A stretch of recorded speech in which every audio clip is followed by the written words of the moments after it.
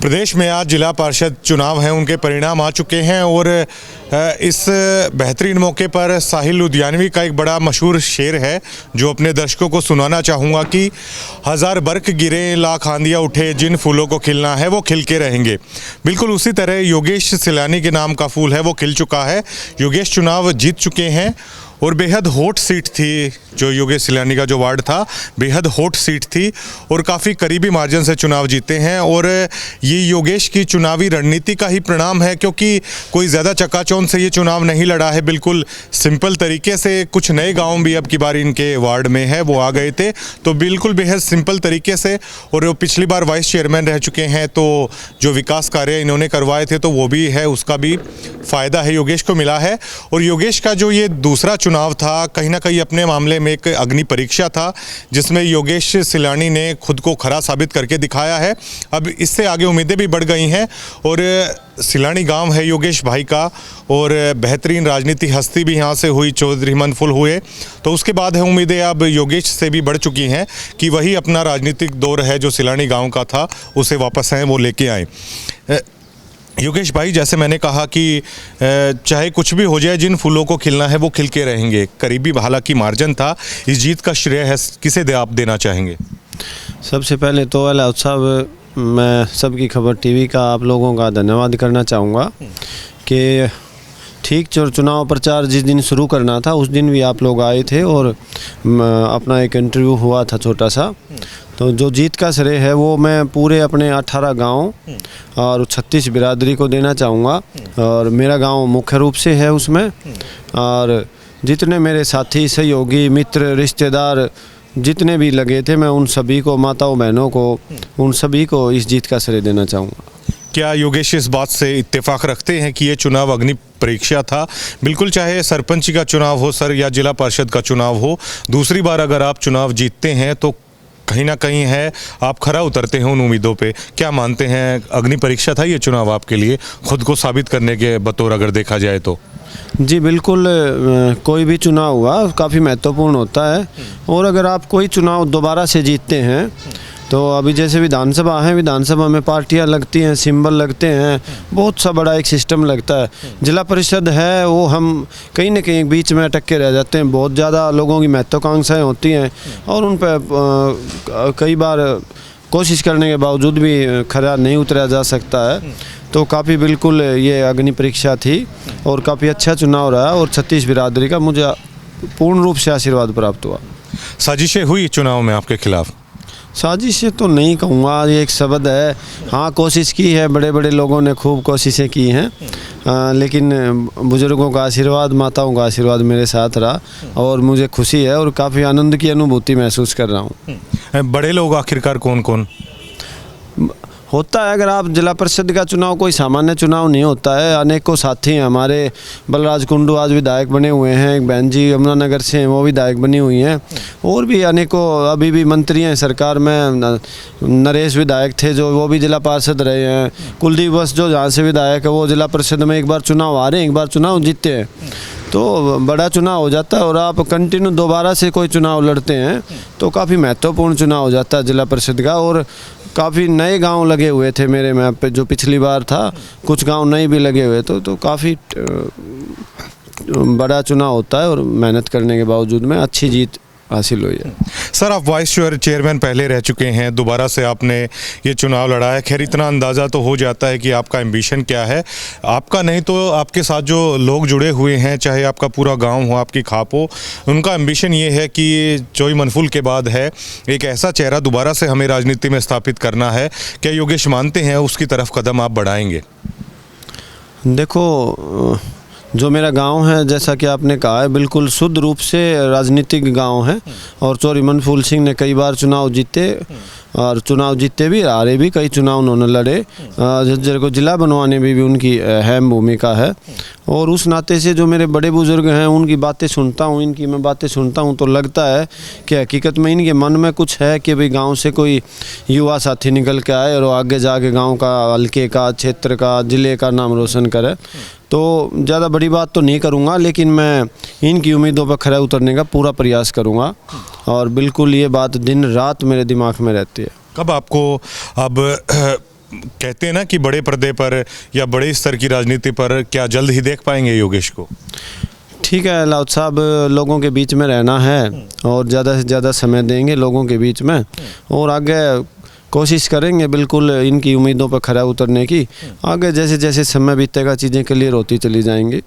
लक्ष्य 2024 का चुनाव लेकर चल रहे हैं, अगर 2024 का नहीं लेके चल रहे हैं, क्योंकि योगेश अब की बार ये सुगबुगाहट तेज है, 2026 में परिसीमन होना है, 29 का चुनाव शायद है, 32 विधानसभा की सीटें हैं वो बढ़ जाएंगी, तो आप जैसे चेहरे हैं लोग उम्मीद लगाए बैठे हैं कि शायद अब वो समय ज़्यादा नहीं है कि बड़ी पिच पर भी बल्लेबाजी करते हुए लोग आपको देख पाएँ। जी बिल्कुल। 24 या 29? इतना टाइम तो नहीं रहा है, 24 ही ठीक है। 24 ही। लेकिन कैसे उसको पूरा कर पाएंगे, एक दिक्कत है बड़ी। नहीं कोई दिक्कत नहीं है, अगर छत्तीस बिरादरी का आपको प्यार मिलता है और लगभग हमारे गांव भौगोलिक स्थिति से भी देखा जाए तो मेरा गांव लगभग बीच में है विधानसभा के, और बिल्कुल दिमाग में एक पिक्चर है, लोगों के बीच में जाएंगे, सलाह मशवरा करेंगे। अगर मेरे गांव के बड़े बुजुर्ग हैं, मेरी खाप हैं, सरदारी हैं जो, अगर उनका आशीर्वाद रहा और बड़े बुजुर्गों ने मेरे को बोला तो बिल्कुल इनकी उम्मीदों पर मैं खरा उतरने का प्रयास करूँगा। 24 में देख पाएंगे? बिल्कुल देख पाएंगे। किस तरीके से होगा, टिकट की तरफ जाएंगे या वैसे भी कोई भी प्रयास करना होगा? क्योंकि आपसे ये सवाल इसलिए पूछ रहे हैं क्योंकि ये चीज़ है, लोग जानना चाहते हैं। वो कुछ चीज़ें भाग्य पे और समय पे छोड़ देनी। पिछली बार आपने कहा था आप बिल्कुल तैयार थे, लेकिन ऐन वक्त पर शायद है वो कदम है वापस खींच लिए गए। जी, ये सवाल मैं अगली बार के लिए छोड़ देता हूँ। 2024 के लिए देख पाएंगे? अगली बार हम बैठेंगे तो इस सवाल का जवाब दूंगा मैं जरूर। अच्छा, अब आदरणीय भाभी जी हैं, सोन प्रभा जी हैं, वो बन गई हैं, तो एक घर में 2 पार्षद हो गए हैं, तो अब किसकी चलने वाली है? ठीक है, दोनों मिलजुल के चला लेंगे, कुछ उनकी चल जाएगी, कुछ हमारी चल जाएगी। अच्छा। कि कितनी खुशी वो महसूस कर रही थी अब चुनाव जीतने के बाद, है उनका क्या कहना था? बहुत ज़्यादा बात तो नहीं हो पाई है, क्योंकि सुबह से ही जैसे रिजल्ट आया तो अपना जो ग्राम देवता है हमारे, उनमें जाकर माथा टेका, गांव के बुज़ुर्गों से आशीर्वाद लिया है और बस फिर आपके साथ है। मिलना हुआ नहीं है ज़्यादा, बाकी काफ़ी अच्छी खुश हैं, पूरे बड़े बुजुर्ग खुश हैं, माताएं खुश हैं और वो श्रीमती जी भी खुश हैं, बच्चे खुश हैं। खुशी होती है चुनाव, क्योंकि हमारा हरियाणा प्रदेश है, इसमें सभी वर्ग पाँचों के पाँचों साल इलेक्शन में ही रहते हैं, चाहे यहाँ चुनाव हो अपना बैंक वाला। ठीक है, तो निसंदेह आप लोग ये जितने भी चेहरे देख रहे हैं सभी खुश हैं और इनका मेरे पर पूरा आशीर्वाद है। योगेश, अब विकास को लेकर बात कर ली जाए, क्योंकि अब आधुनिक राजनीति में ना अब राजनीति जवाबदेह काफ़ी ज़्यादा हो गई है। हालांकि आप काफ़ी सामाजिक भी हैं, आपका पूरे परिवार की अगर मैं बात कर लूँ तो काफ़ी सभ्य आपका परिवार है, आपको आगे करके चल रहा है, तो अब विकास को लेकर जवाबदेही बन जाती है, तो किन मुद्दों को लेकर है अब की बार है, अब बन चुके हैं, जीत चुके हैं, वो चीज़ें आप करवाने का प्रयास करेंगे? इसमें क्या है लाउद साहब, जो पंचायती राज के चुनाव हैं, कुछ काम तो सरपंचों के, ब्लॉक समिति और जिला परिषद और पंच, ये एक मिला जुला सा समीकरण है और इसमें जो हमारे जो जिम्मेवारी हैं, समय समय पर जिला परिषदों में काफ़ी तब्दीली हुई है भारतीय जनता पार्टी की सरकार आने के बाद में, और पिछली बार भी हमने कोशिश की है लोगों की उम्मीदों पर खरा उतरने की। अब की बार भी रहेगा प्रयास कि मैं कम से कम 18 पार से चुन के आए कि किसी से पीछे ना रहे। मेरा जो वार्ड है वो बाकी के जो 17 वार्ड हैं इस झज्जर ज़िले में, उनसे पीछे नहीं रहे, ये मैं इस बात की बिल्कुल जवाबदेही है और पूरा सभी गांवों में अपनी हाजिरी लगाने का प्रयास करूंगा। अच्छा, मुझे एक कारण आप ये बताइए कि आपको आखिरकार क्या ये चीज़ महसूस हुई कि क्या किसान आंदोलन के बाद या भाजपा पृष्ठभूमि से आना, क्या इस तरह की एंटी इनकम्बेंसी महसूस हुई तो आखिरकार क्यों हुई? अगर नहीं हुई तो ऐसी क्या खासियत थी जो आपको लेकर एंटी इनकम्बेंसी फैक्टर है वो काम नहीं किया? नहीं, ऐसा नहीं था, मुझे तो कहीं महसूस नहीं हुआ, नहीं कहीं किसी ओके पे चौपाल में किसी बैठक में मेरे सामने किसी बुजुर्ग ने, नौजवान साथी ने कोई ऐसा सवाल किया, क्योंकि मैं अपने आप को काफ़ी सभी चीज़ों को साध के देख के चलता हूँ और इस बात का ध्यान रखता हूँ जहाँ मतलब कुछ समाज की भी आवाज़ होती है और कुछ जो एक राजनीतिक परिदृश्य होता है कि ये कोशिश है कि राजनीति में किसी भी चीज़ में फालतू का इंटरफेयर ना किया जाए। बाकी कुछ चीज़ें समाज को करनी होती हैं, कुछ ऑफिसर्स को करनी होती हैं, कुछ चीज़ें खापों को करनी होती है, सबकी अपनी अपनी जिम्मेवारी है, हमारी अपनी जिम्मेवारी है। तो मैं कोशिश करता हूँ कि अपनी जो जिम्मेवारी मिली है उसी में रहते हुए उसी का निर्वहन किया जाए। कुछ लोग ऐसे होंगे जो आपकी जीत को नहीं पचा पा रहे होंगे, उन्हें क्या कहना चाहेंगे? वो तो होते हैं, हमारे देश में तो भगवान श्री राम को भी जंगल में भेज दिया था, मैं तो एक तुच्छ सा प्राणी हूँ। और उन लोगों के लिए भी इतना ही है कि भाई ये उन्हीं की जीत है, और मुझे उनसे भी कोई दिल से ऐसा कुछ भी नहीं है कि मैं उनके लिए बुरा सोचता हूँ कभी भी, क्योंकि मैंने पहले भी एक चुनाव लड़ा है और मैं तो कहता हूँ सभी की जीत है, सभी ने मेरी वोटें दी है। आला कमान से बात हुई चुनाव जीतने के बाद, संपर्क हुआ? अभी नहीं हुआ है, काफ़ी व्यस्तताएं चली हुई हैं, आप देख रहे हैं अभी तो, ठीक है, अभी नहीं हुआ है, करेंगे बाकी। बधाइयों का तांता सुबह से लग रहा है, लोग आ रहे हैं, क्या कह रहे हैं? हाँ बिल्कुल, लोग खुश हैं जिन्होंने मेहनत की है, चाहे किसी ने टेलीफोनिकली, चाहे आके, चाहे साथ घूम के, चाहे डोर टू डोर।